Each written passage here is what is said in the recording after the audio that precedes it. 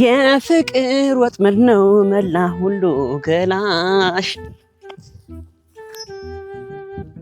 ምክንያት አጣሁኝ የለም በምን ሰበብ ልጥላሽ ወሆዬ ወይኔ ሲጀምር እኔ መክሊቴን አላወኩም እንጂ ዘፋኝ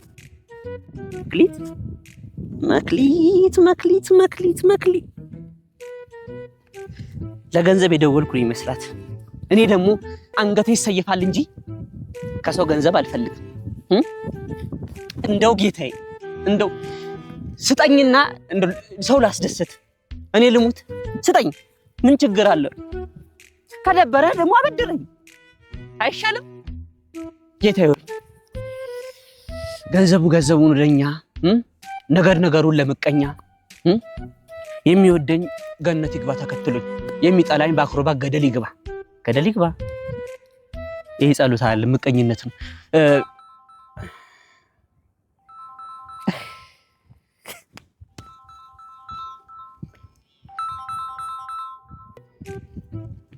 ሃሎ አሁን ጸሎት ሳደርስ ነው የደወልሽው ጠላቴ ባክሮባ ገደል ይግባ አላለሁ አልደወልሽም መቼስ ብቻሽን ገደል አትገቢም እኔን ጎትተሽ ካልሆነ በስተቀር ታይታይ ያደለውማ ውጭ ሄዶ ገንዘብ ዶላሩ ምናምኑን ይልካል አንቺ አለሽ እዚህ ቁጭ ብለሽ አፍሽ የምትከፍቺብኝ በቃሽ ውይ ማማ የኔ እናት ለኔ ሰርፕራይዝ ዘማዘር አብዶሚኒስ ብላክ ኤንድ ዋይት የእናቶ ልጅ ጉርጉር ነው የሚባለው ትክክል እኮ ነው ባንቺ ነው ያየሁት የኔ አበባ የሚገርምሽ ማንንም የሚያገኝን አካባቢ ላይ ሆኜ ነው አየሩን እየኮመኮምኩት ነው አንቺ ኢትዮጵያችንን ለካ እንደዚህ ትክ ብለን አላየናትም እንጂ ምን ያህል ነፋሻማና ውጭ ብንኖር ራሱ አየሩ ለጤና ተስማሚ መሆኑን ብታቂ ልሙትልሽ ስልሽ አሁን ምን ሰራለኝ ምን ሰራለኝ ትንሽ ልግጥ ስል አይደል የደወልሽው ልግጥ ስል እንደው ሳሩን ልግጥ ስል ደወልሽ የኔ አበባ የኔ እናት ግድ የለሽም እኔ ራሴ ደወልልሻለሁ አንቺ እንዳትደውይ ካልሆነ ግማሽ መንገድ መጥቼ መልእክቱን አደርስሻለሁ ተጫዋች ነሽ የኔ እህት ማይ ሚስ ዩ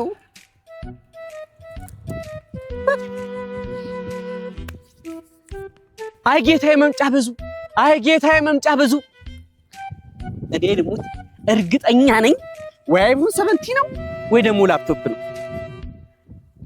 አይፎን 70 ከሆነ 190 ሺህ ብር ደውዬ ልንገረው አይ ሰርፕራይዝ ባረገው ይሻላል እኔም ሰርፕራይዝ እንሆንኩት አይግሴ ብቸኛ መኪናዋ ሞተር እንደነከሰችና መከራዬን ስበላ አብሮኝ ከጎን ሆኖ አው እያለ ቦሸክት እንኳን የሚረዳኝ እሱ ብቻ ነው የኔ አባት ምን ያርግሱ ከኔ ከስር የሚለቃቀመ ሽርፍራፊ ሳንቲ እንዳትቀርበት እኔ አሽቃባጭ ወረኛ አደርባይ ለወዳዳሪ ሌባ እንዴ ገና ለገና አይፎን መጣ ብዬ ወንድሜ ይከደላታ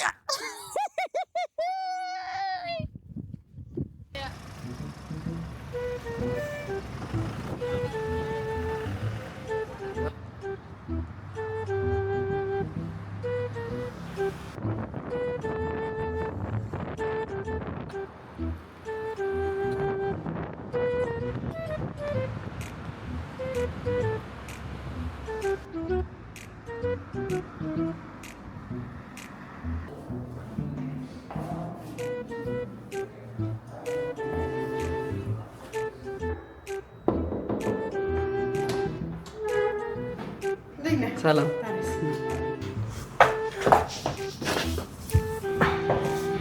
ቤትሽ በጣም ሰፊ ነው አንቺ ወደድከው በጣም ቆንጆ ነው ይሄ ሁሉ ቤት ብቻዬን ነው የምኖረው አይበላሽ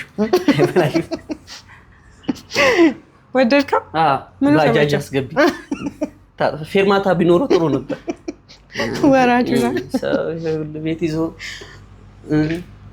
ወይዘይ ነው የእህትህ ነው ምኑ ቤቱ አራት አድርጉ ብቻ ማለት ኧረ እንደዚህ አይቁም ነገረኛ አይደለች እንዴ ቤት እንዴት አልክ? ኧረ እንዴ 100 ብር ለመስጠት ምትል ሴትዮ ለአንተ ነው አታደርገውም። የምሬ የእህትህ ነው። ምን አድርግ ነው የምትለኝ? እቺ ቆንጅዬ ልጅ ለምን የተላከልኝን ንብረት ሰጣኝ ቀጥ ብዬ ወደ ቤቴ ብሄድስ? በእርግጥ ስለ ቤቱ ካወራችን በኋላ እቃውን ልሰጠኝ ቢሆንስ? ሆኖስ ምን ይሁን እቃው? እስኪ በትዕግስት እንጠብቃት እንስማት። የረጋ ወተት ቅቤ ይወጣዋል። ማን ያውቃል? አላገባ ስላት ቆንጆ ሴት መርጣልኝ ቢሆንስ? ለማንኛውም እህትህ በጣም ቁም ነገረኛ ልጅ ነች። ረጅም ጊዜ ነው ስናወራ የነበረው። ሲጀምር እሷ እዛ ናት። እንዴት ይቻላል? ምን ማለት ነው? ይቻላል። በዲኤችኤል ላክንላት ከኛ ጋር ረጅም ጊዜ ኮሚኒኬት ስታደርግ ነበረ። ያለችበት ቦታ ድረስ በዲኤችኤል ልከንላት ቤቱን ገዛች፣ የራሷ አደረገች፣ ተፈራረመች። ዛሬ ቁም ነገረኛ አይደለችም።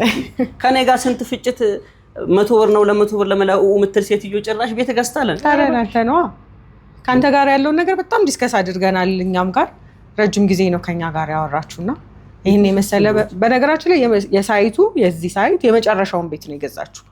ሳይት ስትይ ሪል ስቴት ነው እንዴ? ይሄ ሪል ስቴት ነው። ሰመር ሪል ስቴት ይባላል። አላየኸውም? ስትገባ አላየሁም። እንደ ዕቃ ተልኳል አለች። ዕቃ ለመቀበል ነው የመጣው። ሲጀምር ባይሆን እሱ ስጪኝና ልሂድ። ቀለኛ ናችሁ። የምር አላመንከኝም። የእህትህ ቤት ነው። 4 መኝታ ሴቶች አደባባይ ጋር የሚገኝ ሰመር ሪል ስቴት የገነባው ኦልሬዲ አሁን ያስረከብነው ነው። ይሄ ቤት አስረክበናል። ኤኒ ታይም ማከራየት ትችላለች፣ መታ መኖር ትችላለች። የህንፃውን የመጨረሻ ቤት ነው የገዛችሁ። ቤቱ ስገባ በጣም ሰፊ ነው፣ በጣም ቆንጆ ነው። ይሄ ሁሉ ብር ከየት አምጥታ ትገዛለች? ሲጀምር ሁሌ ስጠይቃት ብር የለኝም ነው። ብር የለኝም መኪና እሱማ ትችላለህ ነግራኛለች። በጣም ብዙ ነገር አውርተናል። ግን እንዴት መሰለ ሰመር ሪል ስቴት እንባላለን እኛ። በአንድ አይደለም ብር የተቀበልናት። ቀስ እያለች እየሰራች ከስር እየከፈለች ነው ይሄንን የራሷ ያደረገችው። የባንክ አማራጮችን አመቻችተንላት ነገ ወደ ሀገሯ ብትመለስ እንኳን መግቢያ ቤት እንዲሆናት ቀስ ብላ እየሰራች የግሏ ያደረገችው ቤት ነው። በአንዴ 100% የከፈለችበት ቤት አይደለም። እዚህ ህንፃ ላይ ያለው G+16 አይተኸዋል አይደል? ስትገባ G+16 የሆነ ህንፃ ኦልሬዲ ሰርተን አስረክበናል። ለሷም የመረካከቢያ ወረቀቱን አዘጋጅተናል። ሂድና ውሰድ የተባልከው ተቀበል የተባልከው ወረቀት እሱን ነው። ስለዚህ እሱን ወረቀት ሰጥ ካለው ሙሉ አግሪመንታችን ማለት ነው። ለሷ ደግሞ በዲኤችኤል ልከንላት አንብባ ተረርታ ጥያቄዎቿን ክሊር አድርገንላት ከኛ የገዛችሁ ቤት ነው ማለት ነው። በቃ እንድታምነኝ እንደውም ስጦታህን ልስጥክና ታየዋለህ። እስቲ ጉዴልዮ ያው በስሟ የተዘጋጀ አግሪመንት ነው።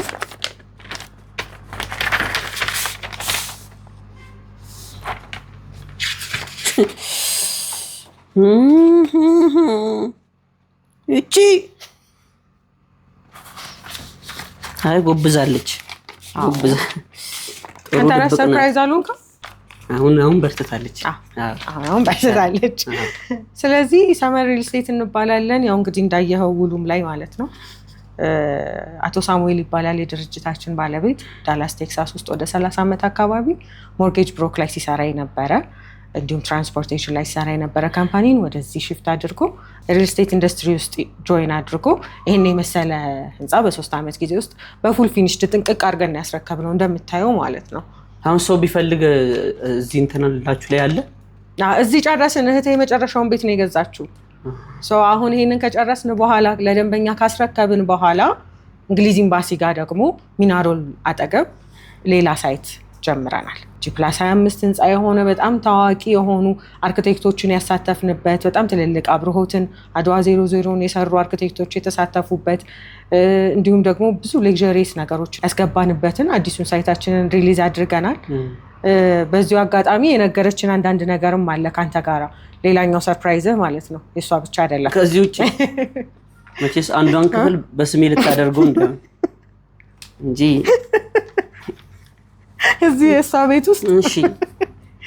ስለዚህ አንተም እንደሷ ሰርተህ የራስህን ነገር እንድትገዛ ስለፈለገች እሷ በአንተ በኩል የሚመጡ ደንበኞች ካሉ ደግሞ እዛው እንግሊዝ ኤምባሲ ሳይታችን ላይ ዲስካውንቶችን እናወጣና ስራ ላይ አብረህ ትሳተፋለህ ማለት ነው።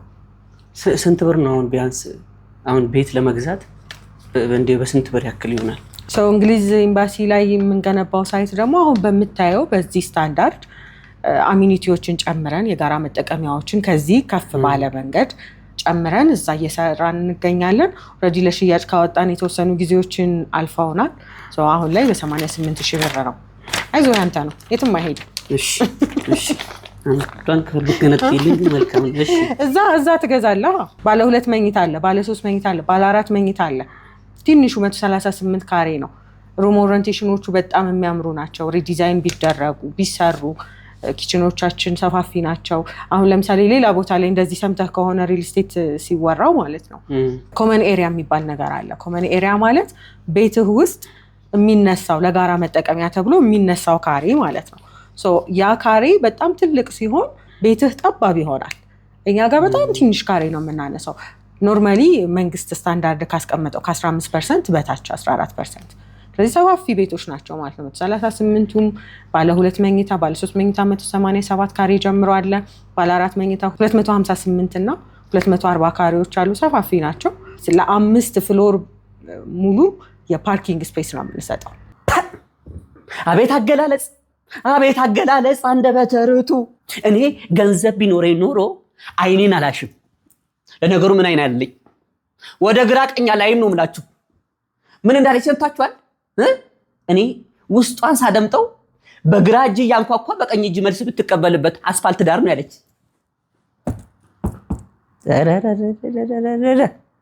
ተያይዘናታል። አይ 5 ፍሎር ማለት ነው እንዳለ ማለት ነው። እንዳለ 5 ፍሎር ለፓርኪንግ ነው የምንሰጠው። ያቺ ጭሳ መኪና ማቆም ይኖራል ማለት ነው። እዛች ያቆንክ። ከዛ ውጪ ደግሞ የኤሌክትሪክ መኪኖች እየበዙ አይደለም። የኤሌክትሪክ ቻርጅ ስቴሽኖች ይኖራሉ። የዋኛ ገንዳ፣ የልጆች መጫወቻ ፕሌግራውንዶችን ጨምረን ጂምናዚየም፣ ስፓ አዳራሾችን እነዚህን አድርገን ከባለ 2 እስከ ባለ 4 መኝታ እዛ እየገነባን እንገኛለን። ምኑን አፓርታማ ሆነ ሆቴል ሆነ እንጂ ሁሉ ነገር ካሉ አይ ነው። አሁን ስታንዳርዱ ከፍ እያለ ነው። በተለይ እኛ ይዘና እየመጣን ያለ ነው ሌክዠሪየስ የሆነ ያኗኗር ላይፍ ስታይልን ክሬት ለማድረግ ነውና እንደዛም ሲሆን ደግሞ በጣም አፎርደብል በሆነ ፕራይስ። ምክንያቱም ቅድም ሜንሽን እንዳደረኩልህ ከዚህ በፊት ውጭ ሀገር ላይ በሞርጌጅ ብሮክ ላይ ሲሰራ የነበረ ካምፓኒ ነውና እዛም ሀገር ላይ በተለመደው ያከፋፈል መንገድ ቀስ እያሉ እየሰሩ እንዲከፍሉ እስከ 20 ዓመት ድረስ ቀስ እያሉ የሚከፍሉበትን አይነት አማራጮች 50%ቱን አመቻችተናል። ያቅታል እንደሱ ላይ እንኳን አያቅተህም። እስቲ ስለዚህ ዲስካውንት ላውጣልህ ትሰራለህ ከኛ ጋር። ደስ ይለኛል። ፕራይሱ አያሸጥም? ያሸጣል ታዲያ እንዴ። ስለዚህ 50% የባንክ ዝንጀሮ እንደው መጀመሪያ መቀመጫዬን ነው ያለችው። ብልጥ እሱ ነው። አይቀርም እኔም ገዛለሁ በእርግጠኝነት። በቃ ስለዚህ ከኛ ጋር ሰርተህ ከኛ ጋር ነው የምትገዛው። ስለዚህ ኦልሞስት ለ10 ቤቶች የሚሆን ዲስካውንቶችን በአንተ ስም እናወጣለን። አንተም ብለው ለሚመጡ ደንበኞች 50% የባንክ አማራጮችን እናመቻችላቸዋለን። ቅድመ ክፍያው ደግሞ 10% ብቻ ነው። ስለዚህ ሙሉ ብሩን አይደለም የሚጠየቁት። ትንሽ ይከፍለው ቀስ እያሉ በግንባታ ሂደት መሰረት እየገነባን ስናሳያቸው ቀጣይ ክፍያ እየከፈሉን እየገነባን ስናሳያቸው እንደዛ እያለ ይቀጥላል። ስለዚህ በ27 ወር ወይም ደግሞ በ2 ዓመት ከ3 ወር ጊዜ ውስጥ ይሄን የመሰለ ቤት ይረከባሉ ማለት ነው። እርግጠኛ ነሽ ከመጡና ከገዙ የኔ ኮሚሽን ይሰጥኛለሽ? አንተን ስምህን ጠርተው ከመጡ ሰምታችኋል። እንግዲህ ቀድማችሁ ለመጣችሁ 10 ደንበኞች እኔን ብላችሁ ማለት ነው ተሙ ካላችሁ ቅናሽ አለው። ኦፍ ኮርስ እኔም እስቲ የቤት ባለቤት ልሁን። ካከረ ግልምጫ ትንሽ እንኳን ብታድኑ ይመልካም። ሴትዮ ጋር ደውልና አድርስላት። እሺ በይ እንግዲህ። በጣም ነው የማመሰግነው። ለነገሩ እንገናኛለን ከዚህ በኋላ። ሰምታችኋል።